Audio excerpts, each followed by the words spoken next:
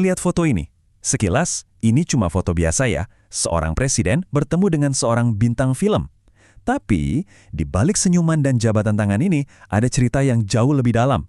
Sebuah cerita persimpangan antara politik, glamor, dan bahkan spionase. Yuk, kita kupas tuntas kisah di balik salah satu foto paling ikonik dari era Perang Dingin ini. Nah, ini dia pertanyaan utamanya. Apakah ini beneran cuma sebuah pertemuan sosial yang nggak sengaja antara seorang presiden dan bintang film paling terkenal di dunia saat itu? Atau jangan-jangan ini adalah sebuah jebakan yang udah dirancang dengan sangat hati-hati dalam permainan catur politik global? Oke, kita mulai dari awal ya. Sebelum kita loncat ke dunia spionase yang penuh intrik, kita harus paham dulu nih dasarnya. Kita mulai dengan apa yang diketahui publik, kisah resminya. Jadi, apa sih yang sebenarnya terjadi malam itu di Hollywood? Faktanya sih jelas dan tercatat rapi dalam sejarah. Pertemuan ini terjadi tanggal 31 Mei 1956. Lokasinya di mana? Di Beverly Hills Hotel yang super mewah di California. Di tengah pesta yang dihadiri banyak orang penting, Presiden Soekarno dan Marilyn Monroe ngobrol-ngobrol selama kurang lebih 45 menit. Nah, ini dia visual yang jadi pemicu semuanya. Coba dia perhatikan fotonya. Bahasa tubuh mereka kelihatan hangat dan akrab banget kan? Mereka berdiri deketan, ngobrolnya intens. Interaksi inilah yang langsung bikin banyak orang berspekulasi. Karena, percayalah, pertemuan ini diamati dengan sangat-sangat cermat oleh banyak pihak. Sekarang, yuk kita coba singkap tirai di baliknya. Karena gemerlap Hollywood itu seringkali menyembunyikan realitas yang jauh lebih rumit. Ini bukan sekedar pesta biasa. Pertemuan ini terjadi di panggung yang jauh lebih besar dan berbahaya, yaitu papan catur perang dingin, di mana setiap langkah, setiap gerakan, itu penuh perhitungan. Nah, di sini kita bisa lihat dua narasi yang benar-benar bertolak belakang. Di satu sisi, ada cerita resmi, ya ampun ini kan cuma pertemuan sosial yang seru. Tapi, kalau kita lihat dari kacamata intelijen, ceritanya jadi beda. Ini adalah langkah yang diperhitungkan untuk membangun kedekatan dan pengaruh psikologis terhadap seorang pemimpin yang sangat strategis. Untuk bisa paham strategi ini, kita perlu ngerti dulu konsep yang namanya soft power. Gampangnya gini, ini adalah senjata andalan Amerika waktu itu. Bukan pakai kekuatan militer, tapi pakai daya tarik budaya, gaya hidup, dan persuasi. Tujuannya buat memenangkan hati dan pikiran para pemimpin dunia. Terus, kenapa Presiden Soekarno jadi sosok yang penting banget buat strategi soft power ini?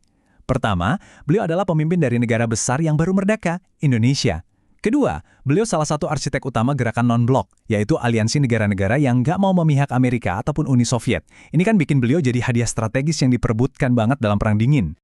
Oke, panggungnya udah siap. Sekarang kita lihat gimana permainan pengaruh ini dimainkan. Di dunia seperti ini, budaya dan citra bisa jadi senjata yang sama kuatnya, atau bahkan lebih efektif daripada tank dan rudal. Nah, yang bikin ini makin menarik adalah kontrasnya. Coba bayangin. Kemewahan Beverly Hills ini terjadi di saat yang sama ketika Indonesia lagi menghadapi tekanan ekonomi dan inflasi yang berat. Ini nunjukin kalau taruhan strategis buat Soekarno itu besar banget, baik di panggung dunia maupun di dalam negerinya sendiri. Dan dalam permainan pengaruh ini, Marilyn Monroe, sadar atau nggak sadar, adalah aset budaya Amerika yang paling ampuh. Dia itu perwujudan dari glamor, kebebasan, dan daya tarik Amerika. Bisa dibilang, dia adalah alat soft power yang paling menawan dan efektif.